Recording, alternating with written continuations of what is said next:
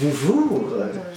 Bonjour dans cette nouvelle émission chez Curiosity, donc cette nouvelle émission que tu as baptisée, parce que ce n'est pas moi qui ai trouvé cette idée.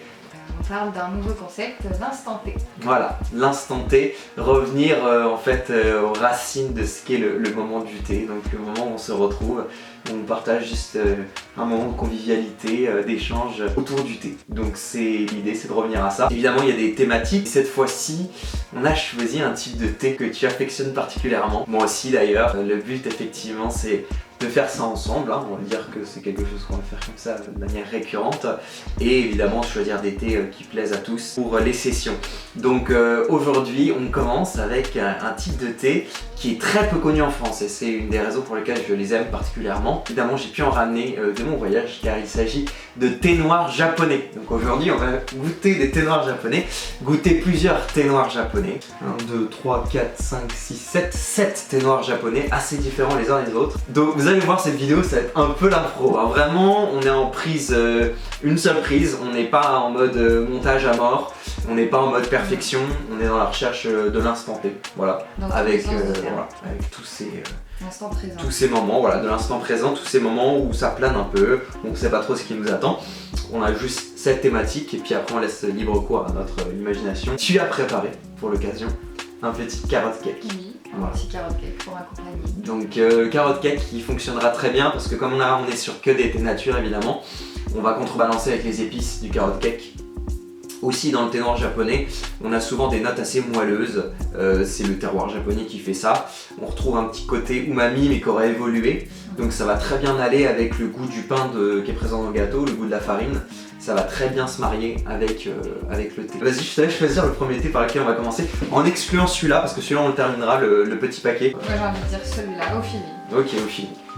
Alors celui-là, c'est un thé qui provient de mon cher ami Florent, donc thé du Japon. Et c'est des thés qui ont attisé ma curiosité parce qu'il mettait le projecteur sur ces thés noirs particuliers. Alors celui-là, c'est comme les autres des first flush, ce qui n'est pas toujours le cas pour le thé noir, assez rare d'ailleurs au Japon, hein, les first flush on les garde souvent que pour le thé vert. Donc les premières récoltes viennent de Iwata, préfecture de Shizuoka, donc c'est une ville que je ne connais pas pour le coup, pourtant j'ai un peu sillonné la préfecture de Shizuoka, mais c'est grand. Pour ce qui est du cultivar, c'est le Beni Hikari, c'est un des types de cultivars qui ont été à la base conçus en faisant des croisements avec théiers en provenance d'Inde. On va retrouver le côté assez maltais, corsé du thé noir indien, mais effectivement comme c'est croisé avec d'autres cultivars, ça n'a rien à voir sur le produit final. Donc on va ouvrir ce thé noir First Flush de Iwata, c'est parti. Je les ai pas encore ouverts, vraiment no joke, on goûte. Et voilà, et ceux-là je les ai aussi achetés pour toi, parce que je savais que t'allais kiffer. C'est des assez grandes feuilles. Hein.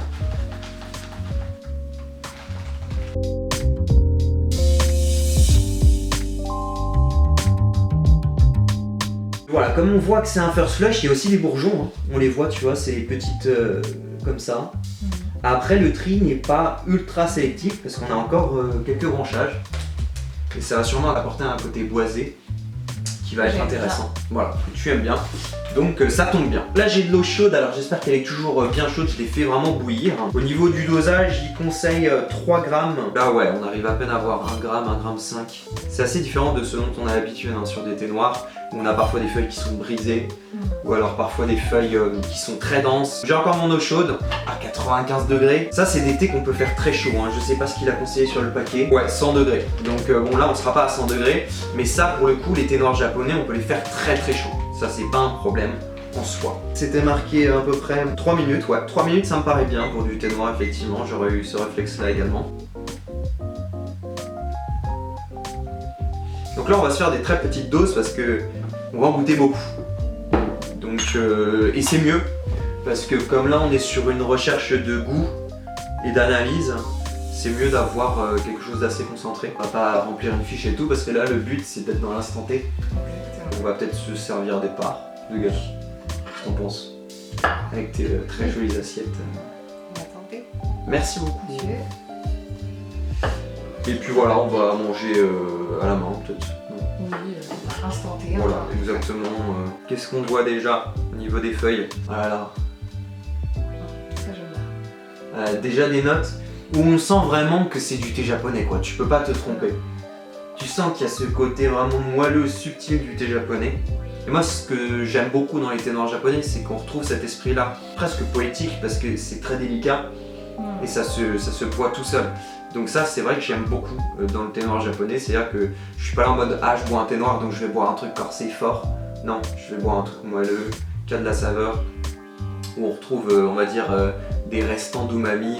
On a déjà presque quelque chose qui fait penser aux fruits à coque un petit peu. Il y a un petit peu de ça. Donc il y a des noix concassées dans ton cake. Ça ira bien. Ça allait très bien. Ça se découpe plutôt bien. Ouais, il a l'air assez moelleux quand même, hein, ton cake, ça a l'air assez cool. Ouais, voilà, c'est une première. Et il y a presque un feeling, ouais, un petit peu comme du pain. Ça va être très chouette. J'ai vraiment hâte de goûter. Est-ce qu'on tente jusqu'à là? Ah bah oui, tant qu'à faire. Ça va. Franchement, il y a le croquant, il y a le moelleux, la texture. Ah si, Ça se mange bien. si. Ah c'est super. Manque juste le glaçage Ouais. pour une prochaine fois. On peut cuisiner, j'aime beaucoup cuisiner d'ailleurs. Le Mais thé, la pâtisserie, très gourmandise. voilà, exactement. Voilà. Thé gourmand. On se complète bien. Voilà, on est bon. C'est prêt. Elle est belle la couleur. Ouais, c'est une très belle couleur, un peu ambre.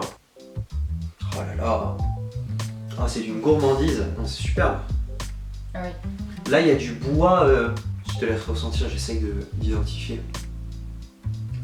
Moi, ça me fait penser à des pâtisseries. Ouais. Ça donne envie de manger.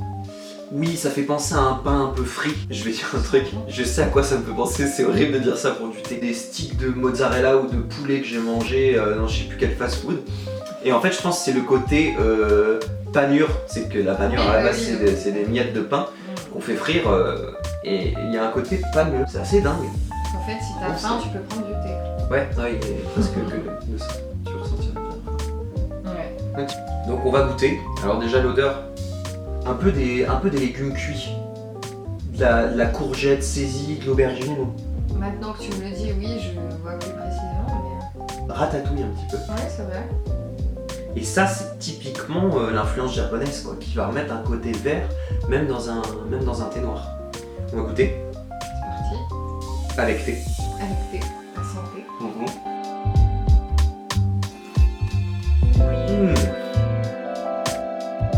Ah c'est C'est super. englobant. Ah oui. Oui, je vois exactement ce que tu veux dire, ça enveloppe le palais. C'est très bon. Alors ça, moi, je trouve ça parfait pour le goûter ou le soir. Ouais, complètement. Même le petit déjeuner. Ouais, ça caresse, ça. C'est très chaleureux, avec une attaque très aromatique. Et en fond, tu sens il y a de l'astringence un peu qui se développe. On assèche un peu le palais, la langue. C'est validé. C'est superbe. Alors, je sais pas si les feuilles sont très torréfiées, mais il y a presque un côté pierre chauffée. Je sais pas si tu vois ce que je veux dire. Presque pierre volcanique, tu vois, un côté de la pierre qui aura été en contact avec de la chaleur, où tu as des notes minérales qui remontent, mais pas le minéral fort, un peu comme le puer, non, le minéral un peu chaleureux, c'est pour ça que je pense à... Ça prend tout le palais. Voilà, il y a un côté pierre à fusil, souvent on appelle ça en interprétation aromatique. C'est comme si on avait chauffé de la pierre. On a tous fait cette connerie gamin, on a tous léché un galet un jour. Ce côté un peu, pas râpeux, mais ce côté sec du galet, on le retrouve dans l'astringence en fin de bouche. Donc je vais quand même allumer ces petites bougies. On va se faire une petite ambiance cocooning. Donc c'est validé, hein. Les Beniki Kai First Flush de chez Thé du Japon, c'est validé. C'est super. Second thé, pareil, je te laisse choisir. Il nous en reste 6. Celui-là, allez c'est parti. Celui-là, je l'ai récupéré à Kyoto, au Daicha Kai. Donc c'est un des thés que j'ai acheté. Je te laisse sentir, regarder.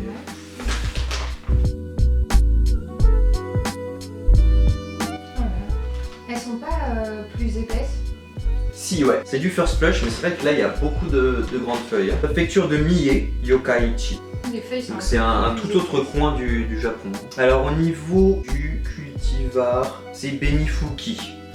Donc on avait Beni-Hikari avant, Beni-Fuki. Beni-Fuki c'est vraiment un des cultivars les plus connus pour le thé noir. C'est aussi un cultivar qui aurait des propriétés anti-allergiques.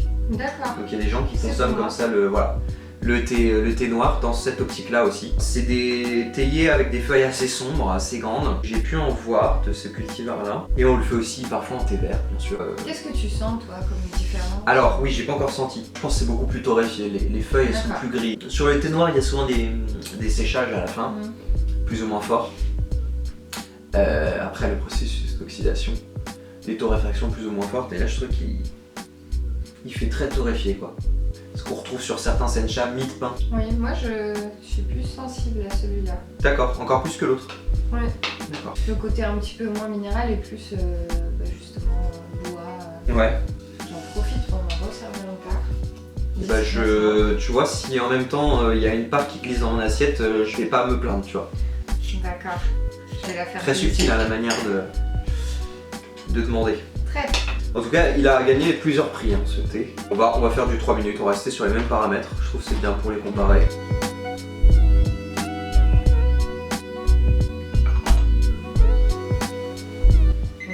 Et bam! Du temps, on est bon? Ouais, on est bon. C'est parti. Alors, il est assez sombre, on dirait. Assez tannique. Et puis les tasses qui chantent un peu. Ouais, le rouge. On va voir, ouais.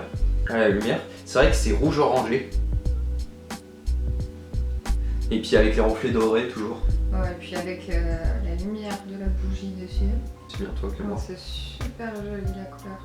Et il est un peu moins transparent. C'est une liqueur un peu moins limpide. Oh là là, par contre au nez, la liqueur elle est beaucoup plus expressive. J'ai presque de la châtaigne là, tu vois. Il y a un côté presque liqueur, presque whisky qui ressort. J'arrive pas à définir moi, mais ce que tu me dis, je le sens après coup.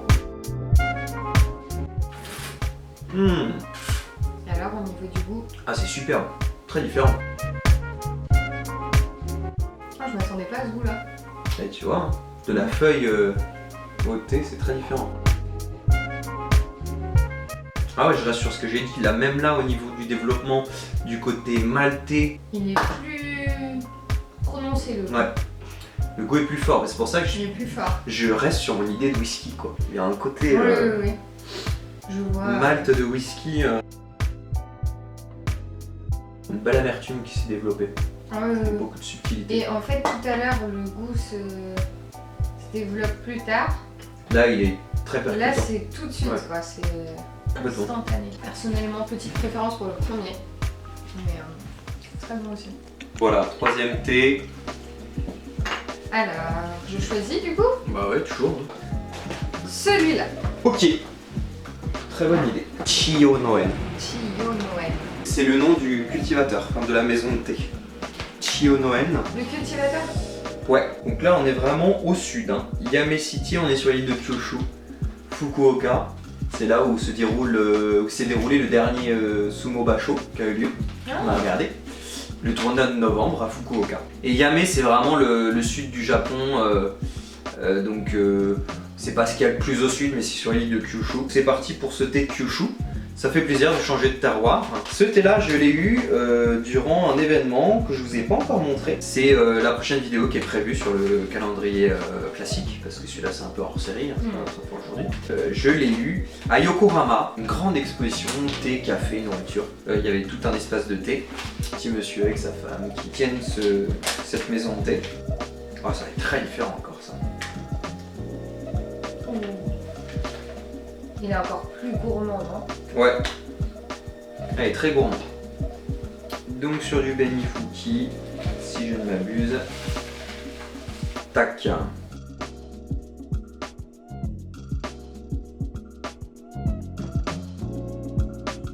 Les feuilles, elles sont aussi épaisses. Après quand même des feuilles assez robustes pour un thé noir comme ça. Celui-là il est bio, c'est Yuki. Yuki c'est organique.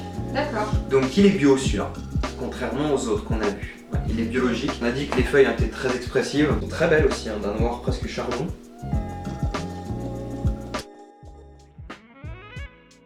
C'est parti.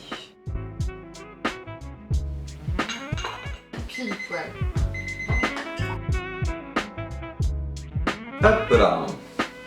À niveau couleur. Là je dirais presque encore plus sombre. Ouais. C'est un côté marron hein, qui ressort alors, au niveau aromatique. Bon, j'ai cherché, hein, j'arrive pas à trouver le nom du cultivar, donc c'est probablement un blend. Ou alors quand c'est pas précisé, c'est souvent du Benifuki. Très très bon. C'est plus sucré le. Enfin, Oui, le complètement, ouais. Sucré, c'est le mot, ouais. Plus doux, plus sucré. On essaye. Et il enveloppe le palais. C'est très très très bon. Ah oui, ça c'est le goût typique hein, des thés noirs japonais, ça. Assez astringent pour le coup. Mais alors Très ça doux. caresse la bouche, ouais, c'est Oui, très oui. très doux. Là, on retrouve tout le boisé, la chaleur du thé noir. Alors ça c'est un grand oui. Ouais, ça c'est tout Très le bord très de thé, grand ouais. oui. C'est ça, c'est une caresse. C'est une caresse. Puis moi ça me fait penser au parfum du blé. Le blé dans les champs. Côté céréales mais pas torréfié. On manque de temps mais j'aurais bien fait une deuxième infusion dessus là, tu vois. Ouais, moi aussi. Oh là là. Ah, c'est super. À nouveau on retrouve le côté un peu pain frit. Oui, oui. Mais après, il y a autre chose. Ah, il y a autre chose. Dans la longueur, comme de la noisette. Alors, quatrième thé, est-ce que tu as choisi? Ou pas encore?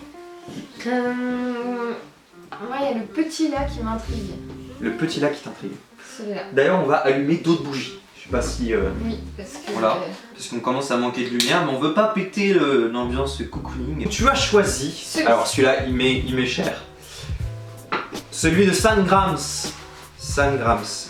Donc Sangrams, c'est une boutique de thé où j'ai eu la chance de travailler. Et voici le thé noir que l'on servait. C'est du Benifuki. Et j'avais gardé, parce que celui-là on le boit assez régulièrement, je l'avais gardé pour la vidéo, parce qu'on n'arrête pas de le voir, et j'étais là, non il faut en garder pour la vidéo. Et voilà les dernières feuilles, les rescapées. Alors elles n'ont rien à voir. Elles sont un peu brisées, voire même pas mal brisées. Donc on est à Shizuoka, et pour le coup, c'est Shimada. L'odeur est plus subtile. Ouais, c'est très très fin. Je trouve qu'il a un grand équilibre ce thé, c'est pour ça que j'aime beaucoup. Il se boit tout seul. On va à nouveau le voir. Là, je pense qu'on met tout. Vu ce qui reste, on met Allez, soyons fous. On met tout. tout. Hop là. Et alors, petite question. Oui, Pourquoi celui-là en dernier? pourquoi celui-là en dernier? Parce que celui-ci est un thé fumé. Ça prend toute la place. Si on buvait un premier par exemple, on aurait beaucoup de mal à sortir une note aromatique assez subtile de Ça ce va après. nous enfumer. Voilà, ça va nous enfumer. Petit jeu de mots. Elle tenait absolument à faire cette blague, voilà, c'est fait. Je l'avais fait en caméra, mais bon. Ça aurait été dommage de rater ça. Exactement. C'est bien, au niveau du temps, c'est toujours 3 minutes. Après, en vrai, je pense que celui-là, on va pouvoir faire 2 minutes.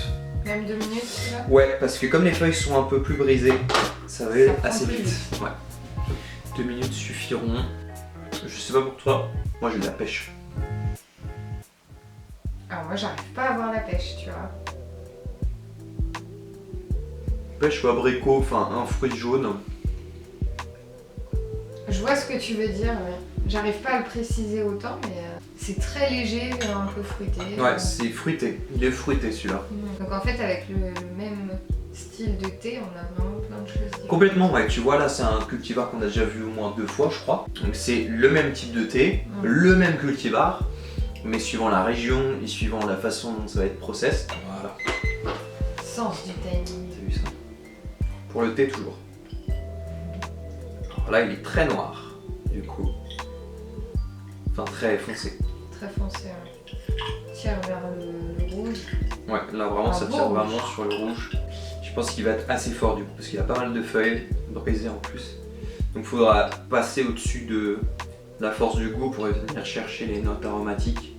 Mais c'est bien de pousser un peu un thé comme ça quand on est vraiment sur une recherche d'arômes, ça permet de vraiment voir tout. Quand on est en dégustation professionnelle chez les grossistes, on infuse très mal le thé avec une eau très chaude et énormément de feuilles, justement volontairement pour essayer de déceler les défauts par exemple d'un lot, ou les points faibles on va dire. On le maltraite un peu. Et là on a effectivement un peu de feuilles au fond, une liqueur qui est très peu claire, elle ne brille pas, elle ne scintille quasiment pas. Oh là là, au nez il est vraiment très expressif, c'est vrai que celui-là je l'adore quoi. C'est un des plus légers, non? Ouais, il sera par contre très léger, mais très fruité, très aromatique. Mais beaucoup moins, on va dire, beaucoup moins dense, beaucoup moins corsé que ce qu'on a eu avant. Alors il y a de l'amertume, mais ça comme je disais, c'est parce que c'est bien dosé. Mais derrière ça, on sent la Celui-là on connaît bien, c'est celui qu'on boit à chaque fois que je fais du thé noir japonais. Et on sait qu'il est très léger par nature. Je trouve qu'on retrouve cet esprit de pain chaud. Je pense que c'est un peu une marque de fabrique chez le Benifuki. Finalement, après, une fois qu'on a passé l'amertume, c'est plus doux. Ouais, c'est lisse. Toi, tu restes sur le troisième pour ça. En préféré. Ouais, c'est le troisième. On retrouve les notes hein, du Benifuki, mais là pour le coup avec des feuilles plus brisées, ça ressort plus de choses. Et du coup, en fait, cette amertume, ça me fait presque penser au café. C'est parti pour. Choisir entre les deux qui restent. Exactement. Alors. Moi, je vais prendre celui-là. C'est un des thés restants de thé du Japon. Et c'est le Goko. Ok, Goko, c'est un cultivar qui est plutôt utilisé pour les cultures ombrées. Donc Gyokuro, Matcha, Kabusecha. Il est beaucoup utilisé à Kyoto, si je ne m'abuse. Et là, effectivement, on est à Uji, donc juste à côté de Kyoto. Wazuka, pour être plus précis. Je connais un peu de monde là-bas, Wazuka. Je suis jamais allé moi-même, mais voilà, il y a quelques personnes dans le monde du thé francophone qui y sont parfois. Donc Goko, on va goûter ça. Ça va être intéressant de voir en fait comment un cultivar normalement réservé à des thés très verts, que sont les thés ombrés, va pouvoir réagir sur une oxydation pour un thé noir. C'est parti, pareil.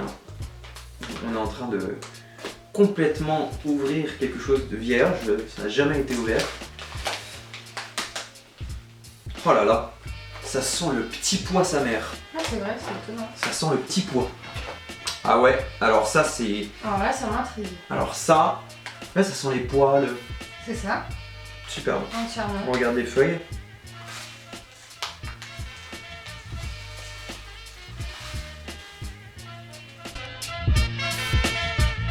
Alors là c'est très différent de ce qu'on a pu voir. Très torsadé. Ah, 4 minutes là. Ah, c'est bon. Oh là là, ça te fait penser à quoi? Ça sent la pomme de terre chaude.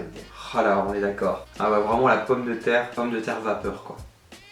C'est superbe parce que tout à l'heure je sentais aussi un côté haricot vert. Petit pois, haricot vert, pomme de terre, on est vraiment sur une sorte de macédoine de légumes. C'est vraiment l'odeur, la même odeur. Ah ouais, c'est incroyable. On peut mettre ça avec du fromage et hop, une raclette. Voilà, exactement. Mariage thé-fromage qui se font de plus en plus. Bah pourquoi pas, avec de la pomme de terre et du fromage à raclette, ce thé-là. Et c'est de saison. Voilà, on tentera, petit essai pour chez vous. On tentera nous-mêmes. Ah, c'est bon. Alors là, la couleur, de nouveau, elle s'éclaircit. Ouais, elle est plus claire, c'est sûr. Parce qu'il y a des feuilles entières. Hein. Et là, c'est pareil. Ça sent la patate chaude. Allez. Alors, la liqueur, est-ce qu'elle sent aussi la pomme de terre? Encore autre chose. Oh, un petit peu. Oh, quand même. Ah oui, quand même. Ça se modifie. Mais là, oui, plutôt la pomme de terre saisie. Voilà. Ça se modifie, mais il y a quand même... Ça reste dans la continuité. Oh là là. Il a l'air exceptionnel. On essaye. Je crois que celui-là, il va tout détrôner en fait. Oh là là. Le meilleur, c'est celui-là. Oh la longueur. Ah non, il est vraiment très bon. Il y a un équilibre parfait quoi. Oui. Entre les tanins, la puissance, la velouté. C'est ça, parce qu'il y a un goût qui est quand même bien prononcé, Ouais. en même temps c'est très doux. Bah c'est ce cultivar quoi. Quand tu te dis qu'il permet de faire du gyokuro, c'est qu'il a une richesse aromatique quoi. Oh là là. Il y a de la texture aussi en bouche, hein. Je sais pas si t'as senti. Bah si, en fait on n'a pas l'impression de seulement boire un liquide, mais c'est Complètement. tellement... C'est épais en Ouais, fait. oui, complètement. Il y a de l'épaisseur, de la texture, il y a un côté un peu gras. On a l'impression de boire et manger en même temps. Ouais. Très nourrissant, ouais. Il est excellent celui-là. Donc voilà, quand on dit que le thé est fade, c'est qu'on ne connaît pas le thé en fait. Complètement. Et au niveau des feuilles infusées, pareil. Hein. On est toujours dans une pomme de terre, là pour le coup, plutôt cuite à la poêle. La longueur, my god, la longueur en bouche. Non mais moi c'est celui-là, Attends, il y en a encore deux autres. Hein. Celui-là. Il y en a encore deux autres. Ok, c'est parti pour le troisième et dernier thé de thé du Japon.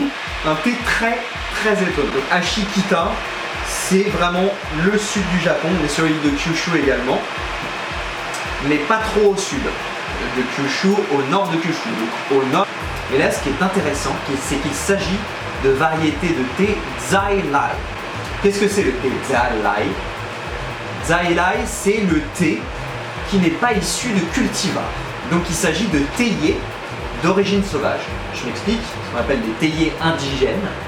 Il s'agit en fait de thé dont la forme, le code génétique n'est pas reproduit. C'est-à-dire que ce n'est pas issu d'un bouturage comme c'est le cas pour les cultivars. Donc en fait, c'est des thés qu'on va prélever soit dans la nature, soit des théiers qui sont issus de graines et non pas d'une branche prélevée sur un autre théier. Le principe du bouturage, c'est ça. C'est comme ça qu'on crée un cultivar. On repère un théier intéressant, qui par exemple résiste bien aux insectes, au froid, qui a des propriétés aromatiques intéressantes. On enlève une branche, une grosse branche de ce théier, pour la replanter et faire un nouvel arbre, qui aura exactement les mêmes propriétés génétiques. Un Zai Lai, chaque théier est différent. Ça n'a rien à voir avec un thé classique. Tous les théiers qui ont permis ensemble de faire ce thé auraient, dans le détail, des propriétés différentes. Donc on se retrouve avec quelque chose qui n'a rien à voir avec ce qu'on connaît. Parce que le but, par exemple, sur une plantation, on utilise un seul cultivar, ou un lot où on a un seul cultivar de représenté. On va parler de single, c'est pas un blend, du coup c'est pas un mélange. Bah là, on est sur la recherche d'un goût particulier propre à ce cultivar. Ce cultivar-là, il a ces notes aromatiques là, ces notes aromatiques ci.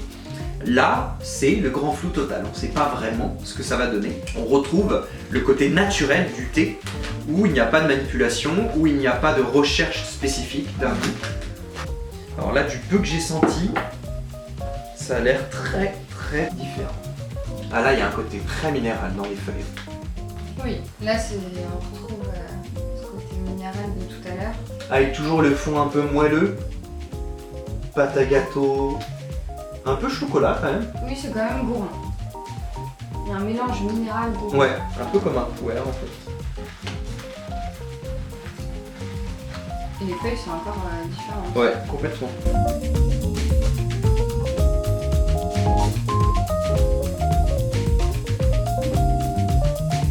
Très longue, très fine.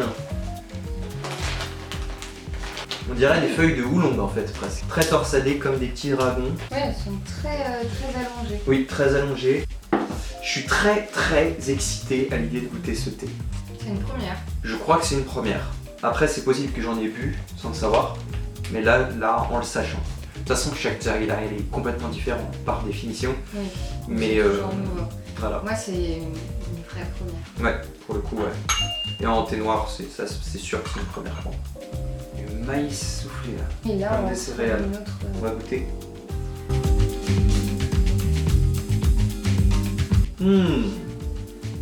Il est excellent. Là moi j'ai la noix. Et il y a le côté aussi astringent de la noix. C'est pour ça que ça me fait penser à mon carrot cake en fait. Parce qu'il y a de la noix dedans. Très très bon gâteau. Là il y a tout d'un gâteau.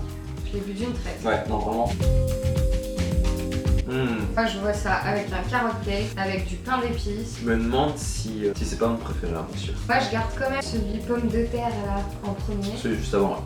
Et celui-ci, Le coco. je pense que c'est le deuxième. Ah, celui-là il est exceptionnel aussi. Hein. Vraiment bon. Voilà, donc là on a terminé sur les thés noirs classiques. Et on va tout de suite enchaîner. Sur un thé fumé. Il nous provient de l'Opichia. Kunkurakocha, c'est le nom que l'Opichia donne à ce mélange.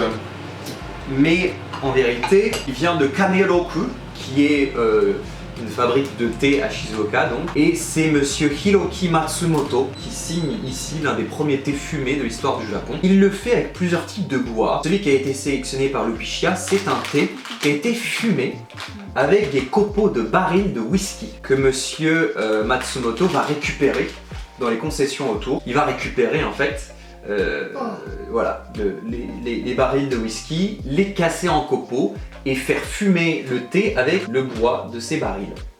Alors là, on peut pas vous faire sentir, mais Là, ça n'a rien à voir avec ce qu'on a pu goûter juste avant. Et c'est un thé vraiment à part. Je considère presque que c'est une famille de thé à part, les thés fumés, parce qu'on a tellement des notes aromatiques qu'on a nulle part ailleurs que... Et alors, ce sont des petites feuilles. Ça trompe pas. Et en fait, là, on retrouve l'esprit du fût de whisky les fûts de chêne. Hein. Vous avez d'abord le fumet qui arrive tout de suite et derrière il y a une petite longueur qui fait ressentir toute la fibre du bois, hein, comme quand tu ouvres une caisse en bois, tout cet esprit-là. Et aussi la longueur côté maltais, typique du whisky. Le côté vraiment, tout le whisky qui a été agglutiné sur le bois, tout ce restant-là, sur la longueur du parfum, on le ressent. On est bon, c'est parti pour l'infusion. Et on va mettre les 4 minutes, hein. 2, 3, 4. Effectivement, là, pour avoir toute l'amplitude de l'arôme du fumé, il faut laisser plus longtemps.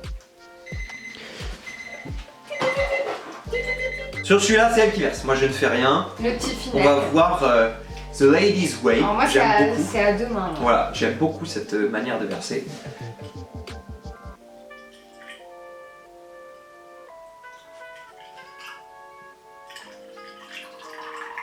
T'as tout mis... Ah oui, parce que c'est son préféré, elle met tout dans sa tasse, quoi. C'est... Bah, t'es fumé, hein. Voilà. Ouais.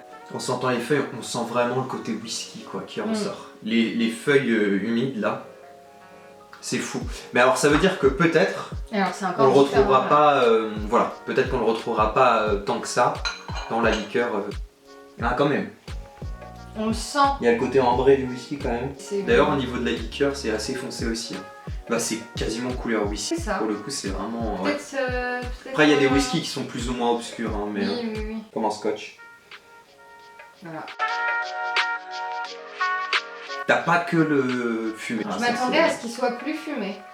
Tu vois. Non, il est pas très fort celui-là. C'est moins fort qu'un Absinthe Souchon. Il est assez bien équilibré. Ouais, il se boit tout seul, quoi. C'est ça. Malgré que ce soit le 7ème thé qu'on boit, ça se boit tout seul. Alors je crois qu'il y a un petit invité qui est venu nous rejoindre pour, on va dire, mettre le point final sur cette très très sympathique dégustation. On va dire que ce dernier thé là était très différent des autres, c'est pour ça qu'on l'a gardé pour la fin. En sachant que ce producteur là, Monsieur Matsumoto Hiroki, il réalise plein d'autres fumages différents, plein d'autres fumées différents. Bois de cerisier, avec du bois de cacaotier, donc il y a des choses très différentes. Et que Loupichan ne sont pas les seuls à proposer. Il y a aussi Arnaud de chez Territoire qui propose ce thé fumé au copeaux de baril de whisky. Il y a d'autres maisons aussi qui commencent à le proposer en France. Dis au moins au revoir, bonjour et au revoir. Voilà, Chai, le petit Chai qui vient de se réveiller. Ça fait partie de l'instant thé aussi. Hein, Voilà, la vie à la maison. Il est souvent avec nous. Voilà, on te laisse tranquille. Qu'est-ce que tu as le plus apprécié toi du coup déjà en thé, lequel était le meilleur pour toi? Je ne me rappelle plus le nom. C'est le thé qui me faisait penser, qui nous faisait penser tous les deux à la patate, voilà. Pomme de terre. Le cultivar Goko, donc de chez Thé du Japon, première récolte, voilà, ce cultivar qui est réservé plutôt, on va dire, au thé ombré, bah ça fait un très bon thé noir, vraiment superbe. Moi je dirais que mon préféré ça a été le théier indigène, également le thé du Japon, Zai Lai, en première récolte. Je trouvais ça superbe, ce mélange du goût bien maltais du thé noir avec les notes un peu minérales. Et à la dégustation, on retrouve ce côté très sauvage de la feuille de thé un petit peu à l'origine. Donc c'est théier indigène. En tout cas, n'hésitez pas à vous abonner. Il y a encore du lourd qui arrive, hein. Je suis encore sur le dérochage et puis le montage de plein d'autres vidéos tournées au Japon. Vous avez vu le jour décroître au fur et à mesure. On a été pile dans le tea time. On a commencé vraiment vers 15h30, 16h et puis là on termine voilà, en début de soirée, donc c'est pile de tea time à l'anglaise. Donc c'était un super moment pour nous, à très bientôt j'espère. Merci Margot pour cet instant T. Avec plaisir. Voilà, être présent à l'instant présent, c'est le concept de cette nouvelle émission. Merci pour l'idée que tu as donnée et j'espère qu'on va tous se retrouver très bientôt pour un prochain numéro. Voilà, merci à tous pour la curiosité et à très bientôt. Ciao.